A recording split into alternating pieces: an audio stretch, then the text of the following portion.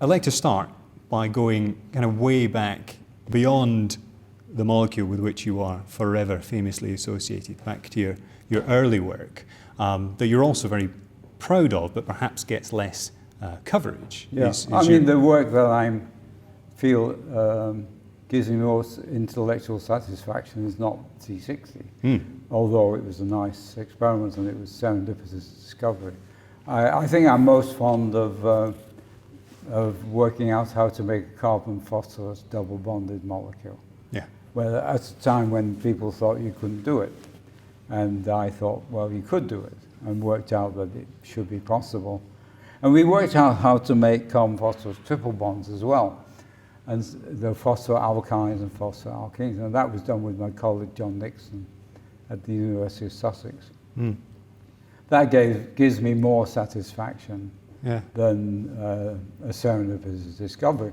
I mean, it's not as important, but it's something to do with having thought, wow, let's try and do this, and then discovering it's a lot easier than one thought. The theme that seems to come up again and again is that going against convention, saying, well, I think this can be done, or I think this is the case, and then setting out to prove it.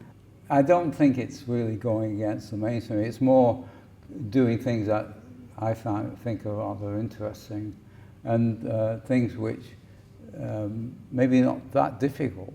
I mean, the double bond rule, which you said you can't do that, or it's very difficult.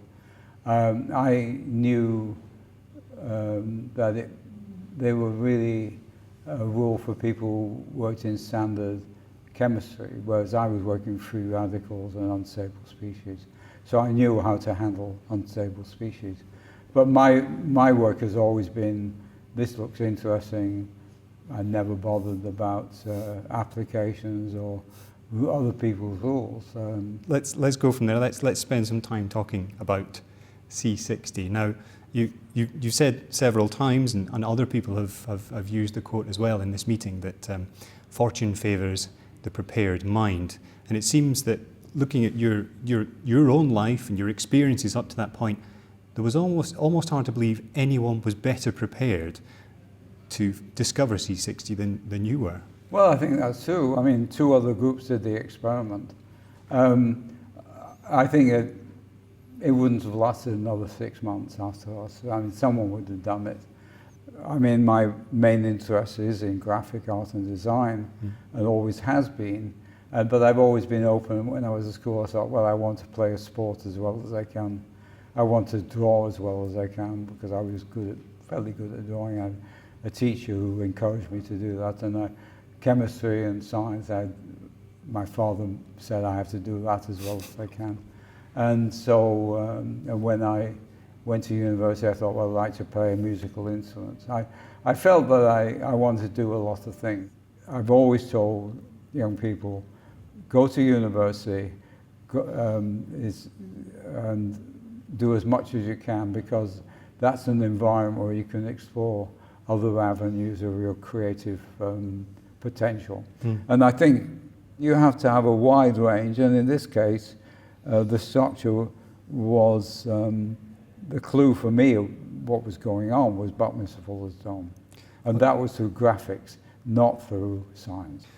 But when we got the measurement, the discussion of what it was, somewhere it started off as a sort of chicken wire like graphite, and they closed into a ball, and the ball idea floated. Now I've no idea, I don't think anybody has within the team, there are mainly 5 of us, what it might be. But as soon as that came up, that reminded me of Buckminster Fuller's dome. And then when we came to write the paper, I said I remember distinctly, C60, space, Buckminster Fullerene. I thought, that would get people think, what the hell is this, And it turned out to be right. But it also turned out to be really quite good, because it brought other people in from architecture. So I think that was a really good name, because if it had been footballerene or soccerene, Well, there would have been war between America and Europe for a start, so I avoided the Third World War over the name. Would have been a diplomatic incident, wouldn't Yes, it would have been something like that. Anyway, that's a little bit of the story. Well, it brings up another interesting point that you say it's your breadth of interests, and there were lots of things you were interested in, Yeah. but ultimately you have spent a lot of your life working on this molecule. You are heavily associated with it. I don't think anyone else in history is so uniquely associated with a single molecule as you are. Well, Rick and Bob, but well, I mean, yes, yeah. But Rick died a few years ago. But he moved on to the nanotubes, and I stuck with this. But in fact, my favourite is not C60. Well, this is one of my favourites as well, because we predicted. Well, I predicted this would be stable because of this structure, because it was the first one where you could avoid 3 pentagons side by side would be C50. And I guessed that. And the group, Schmaltz and Galveston, proved that was correct.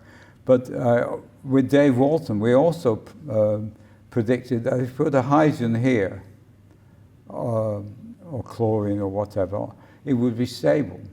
And we predicted that about 93. And about 5 years ago, the chlorine analogue of that was isolated by a Chinese group. But my favorite is not here, it's C28.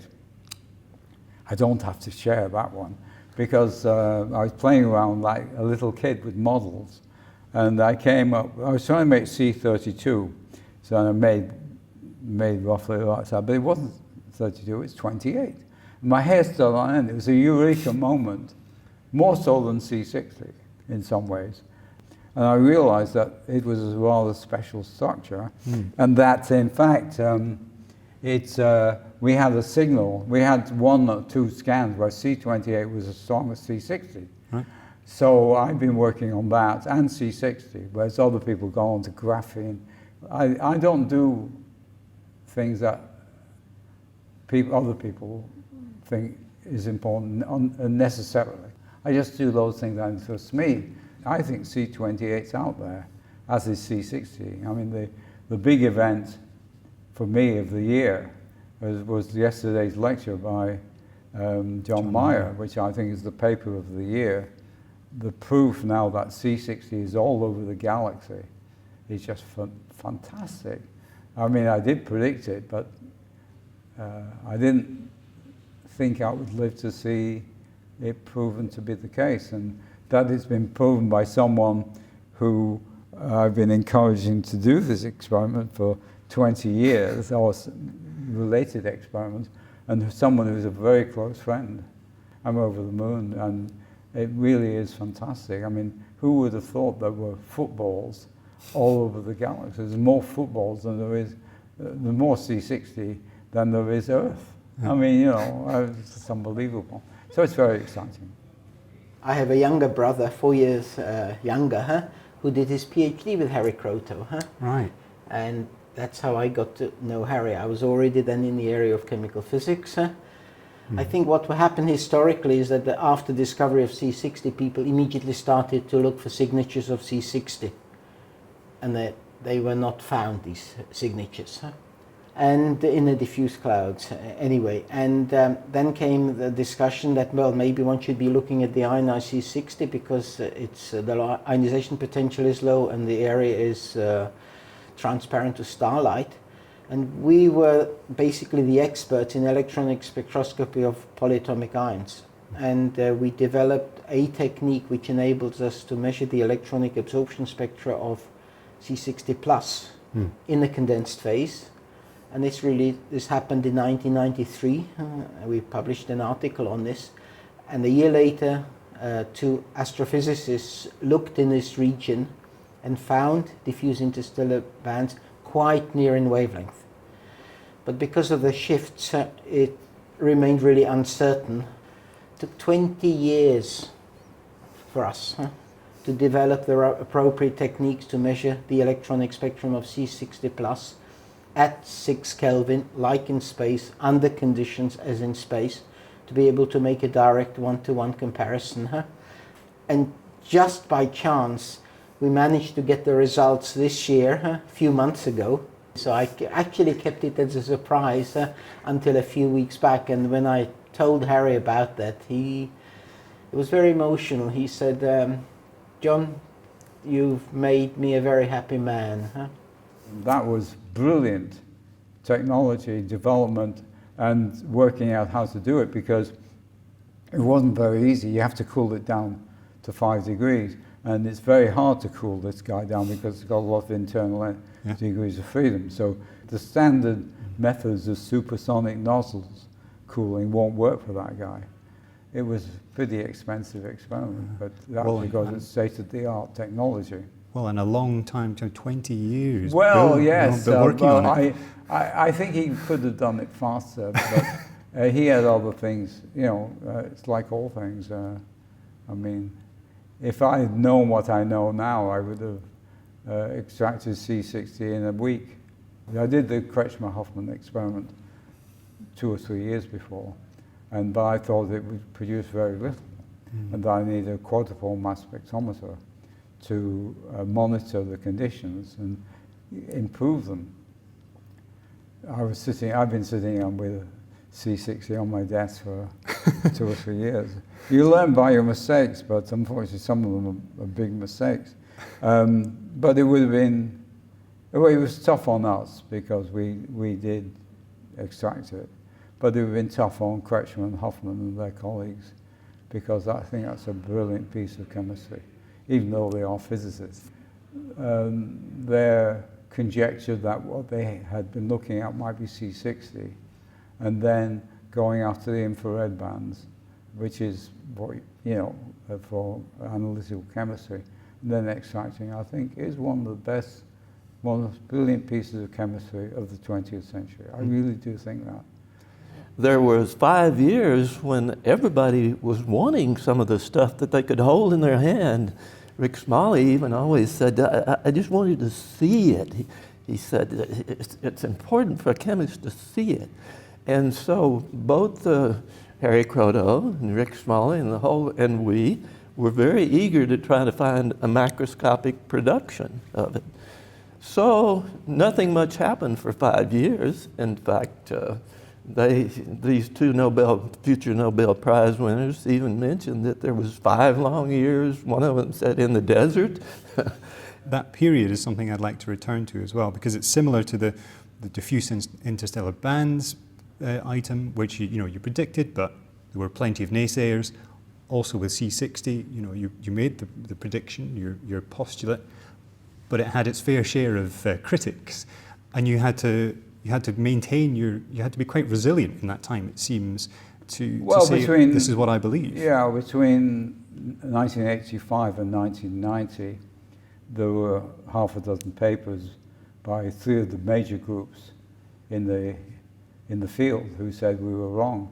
And in fact, I think if it had gone to science, it would definitely have gone to some of these groups for refereeing, and they would have turned it down, I'm sure. But it went to Nature. And in fact, the referees are really nice referees reports on my website. Oh, I don't know there's much in this paper, but it's a fun paper, And I thought that they said a lot of people were interested in this conjecture, even if it wasn't right. But then there were papers came out, and I said to Rick, there's some people out there don't like us, very much. I felt that if it was right, I wanted, of course, to prove it right. But if it was wrong, I really wanted to do that myself, because I felt it ethically important that if you make a suggestion, you have to back it up yourself. And so I was absolutely convinced we were right, and that one day we'd do it. We tried to extract it, and John Hare extracted it. He extracted C60, red solution, 5 days before Wolfgang Kretschmer and Don Hoffman's paper came on the Friday. Did you have a sense, looking back at it now, they seem like, you know, kind of momentous events in the history of chemistry and fullerenes and science. Did you have a sense of making history at the time? No, I didn't have any sense. I didn't even know about C60 when I arrived. Right. But I just loved making things and building equipment, quite good at getting stuff to work. And that's what really was needed in that first year. The idea was to get carbon rods and vaporize them. And you needed to devise some apparatus that would take the temperatures, and you could arrange the rods and everything. And it was just up my street, basically. So in the first year of my PhD, we had this paper which no one was sure whether it was true or not. And we reproduced those experiments and actually was able to make the fullerene soot, and 10% of that soot was C60. And we were able to extract it and get the mass spec, and in the end get the two NMR signals for C60 and C70, which kind of the icing on the cake for proving the structure. Yeah. We did a whole line of experiments that physicists would do, such as X-ray diffraction and infrared spectroscopy and so forth. And we published the paper. We did the final step, finally, with the help of a chemist who told us, well, you need to get some benzene that may be soluble in that, the molecule. And of course, that was exactly right. As soon as we tried it, this happened in my colleague Wolfgang Kretschmer's lab. It worked perfectly, and we got it done. And then the question is, why didn't we do that 5 years earlier? And the answer to that is, we were physicists, my God. We only had acetone and alcohol and water. We did not have benzene and toluene and C60 and smelly things on our rack. Meanwhile, Harry, the subject of our discussion, and his graduate student, Jonathan Hare, was right behind us. I mean, in this competition, just literally right behind us. And then they saw our paper come out, and it threw Harry into despair. In fact, the first time I met Harry was in 1990. About a month or two after our paper came out, there was a big meeting in Boston. I had never met Harry before. I came up and he was sitting in a chair kind of like this, and I introduced myself, and he said something like, "Oh my God, you're the guy that's made my life miserable," because we had essentially scooped them. That was Black Day at Black Rock, or Brighton, Black Day at Brighton Rock. But a beautiful paper, and I really wish they could have shared the prize. They deserve it. They deserve a share in it. But the story is not over.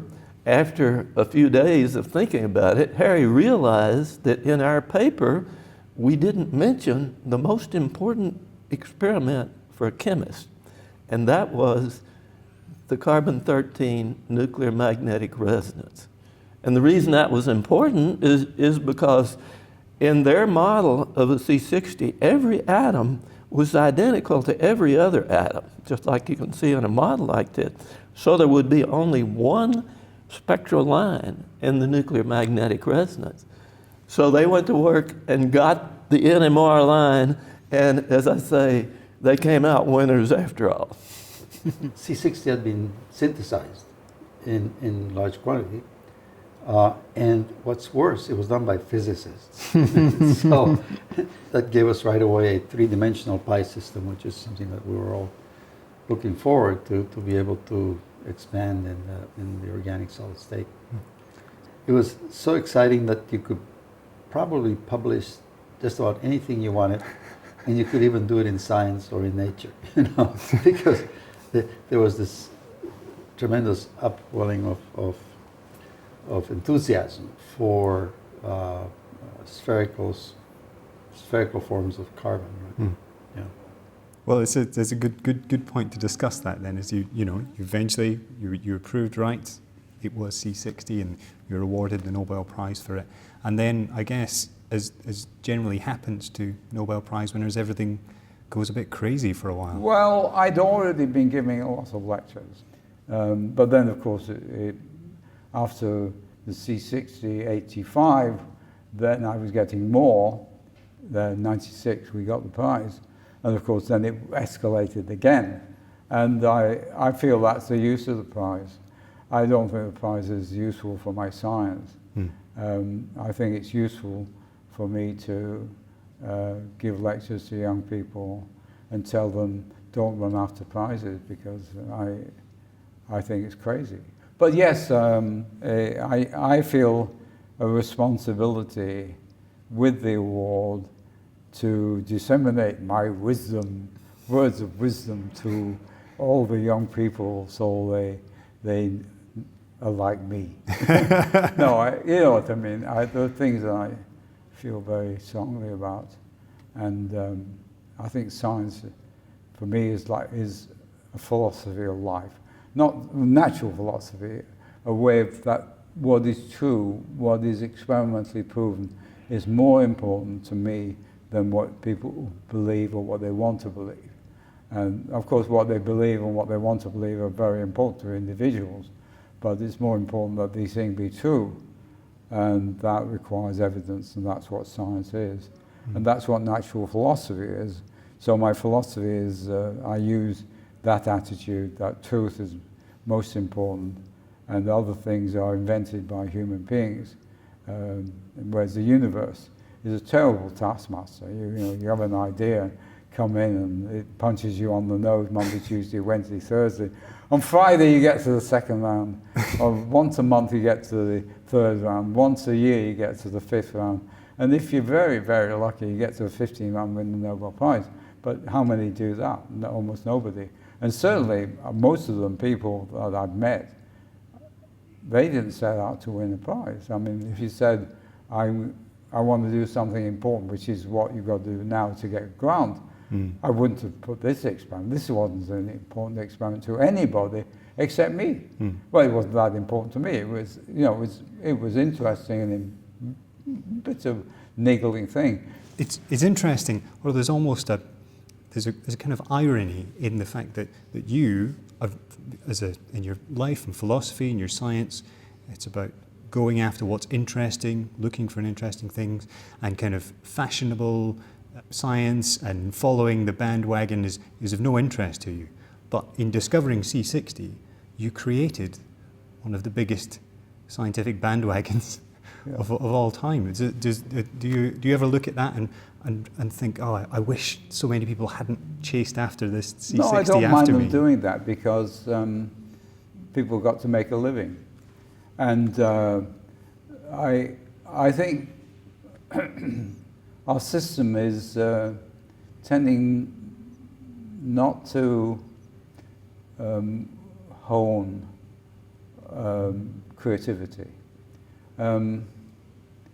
Let me give you an example of what I think. The only real competition I ever really entered was a graphic art competition, and it was for the Sunday Times to design a book cover, a book jacket. So I had this design of typewriter, very colourful, and there was an idea behind it, and the names of the people contributing on the keys.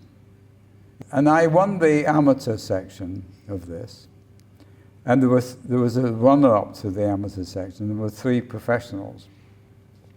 They didn't have a single idea between them, because all the 3 professionals and the amateur had the Sunday Times emblem or coat of arms on it. There was no idea. It was pure design, okay? And so I think only empirically, I don't know why, but I had better ideas than other people. And I look around at some clever people and they don't seem to know what to do. And it's probably because they never really had to struggle when they're young. And I felt that I had to struggle. I wasn't top of the form. Well, I was top of the second string form, but I wasn't in the top form. And then I got better and better. So I was a bit of a late developer at school. I wasn't the best scientist in my class at school. I wasn't the best at mathematics. I wasn't the best guitar player. But it seems they don't have to be those. You have to have something else. I don't know quite what it is, but I seem to, well, empirically I seem to have it. I don't enjoy hard work any more than anybody else does. But it's something to do with being totally immersed and being focused on something that there's something personal that makes hard work easy. And the enjoyment comes after you've done it, because you can look back with some sort of satisfaction. So if it's 3 o'clock in the morning and you're prepared to go on way after midnight, or it's 4 o'clock in the afternoon and you've been working on it since 9 o'clock and lunch doesn't matter. I think that's when you found your area of interest. It's something about being more curious, and you can always get some smart student to work it out for you. You know? But you have to have the ideas. But I usually tell them to do crazy experiments because something might happen. And that's what happened in the case of C60. It wasn't an important experiment. And it would never, well, I'm not sure it wouldn't have got funded, but it wasn't on a research proposal. We've almost got where we have gone quite chronologically actually now through your life. Well, that's me. Makes sense to talk about all the work that you've done in outreach and education. I mean, you talked before about it being a responsibility of having won the prize. Well, I feel so. I mean, others don't, and I don't blame them. I think for me, what's the point of this prize? And it's not to, it's, you know, it's nice to win it, but what's the point? Well, I've got a way to talk to young people about what I think is important, and that's why I do the outreach. This molecule is magical in a way that almost no other molecule is. That is so beautiful that 3-year-olds and 4-year-olds and 5-year-olds can look at that and say, wow, okay? You can't do that with many molecules, and probably not none of them, because you need, I mean, even DNA, which is beautiful, fantastic, the greatest breakthrough probably of all time, certainly in the top 5, maybe the top 1. But you have to, somehow this has a magic charisma. He came last year and did one of his buckyball events with 100 children, many of them from very deprived backgrounds and from a school that was in special measures. And those children were so inspired by Harry that quite a few of them now are coming to an after-school science and engineering club that the Royal Society of Chemistry has been helping to fund. And some of their parents even came. I have a picture of a little boy with a buckyball on his head, absolutely thrilled. Because they'd never come across any kind of science like that. And I think the other person who needs to be mentioned is his wife, Margaret, because she has managed everything he's done when he goes around the country. I mean, last year, we had to book 2 years in advance for him to come and do this buckyball. And they'd flown over from the States, they'd been to the Galapagos Islands, he'd been to Bolton School, he always goes to his old school, he'd been to Sheffield, where he has a research unit. He came to us, did this wonderful event, got in the car, drove to Sussex, and they went off to Moscow for 3 days. And then they were coming back to an event here. So it's the dynamism, the enthusiasm, and this love of imparting science to children, which I have the same. Given the number of disciplines that this can encompass, it's not a bad representation of Harry Kroto as a person. Well, it's more, and I've been talking about putting a book together, using this as the linchpin of mathematics, geometry, maps, topology, and things like that. But you know, what I did start off with is Vega, the Vega Science Trust, and recording Nobel Prize winners and you know, top scientists giving lectures and interviews. And then it costs millions, $2 or $3 million altogether. And then I ran out of money, because you can get money to start things off. Very difficult to get money to continue them. And anyway, at the end, I devised GEOSET, G-E-O-S-E-T, Global Educational Outreach for Science, Engineering and Technology. And now we download the effort to schools, departments, universities, and they record their students. I'll just ask you one last question then, if it's all right, Harry. in your life, we've talked a lot about the things that you've done and the people that have been influenced by you, but from your point of view, who have been the important people in your life? Well, I'm not sure it's inspiring, but it's people who supported me. I didn't have heroes. I always felt heroes were always going to fall down because they're human beings. But I was supported. First of all, obviously, my parents. My father insisted I do science first, not the science. So that was an incentive. When I was at school, I had a teacher who gave me extra art lessons, Mr. Higginson. I don't know what his first name was, Bolton School. And he realized I liked drawing and could draw. And he would give me extra lessons at lunchtime. And Harry Heaney was a teacher at my school, and he gave me extra chemistry lessons. But he was there for only 2 years, I think, and then he went back into academia. He came from postdoc, I think, from Manchester. And he was working on benzene. And I was fascinated by benzene, you know, benzene with 2 hydrogens knocked off. It was a real eye-opener. Here was a molecule which was unstable, intermediate. I found that really interesting. And so I got fascinated by organic chemistry. And he said I should get Favours and Favours Organic Chemistry, which I did for my birthday. And I read it. It was a really good book. I read it like a novel almost, because there were interesting stories in it. I was very disappointed to discover that Favours invented napalm. If it was something I really wish chemistry hadn't made, it was napalm. And so I've always told kids, if you're going to be a physicist, we don't need any more atomic bombs. If you're a chemist, we don't need any more napalm. And if you're an engineer, we don't need any more landmines.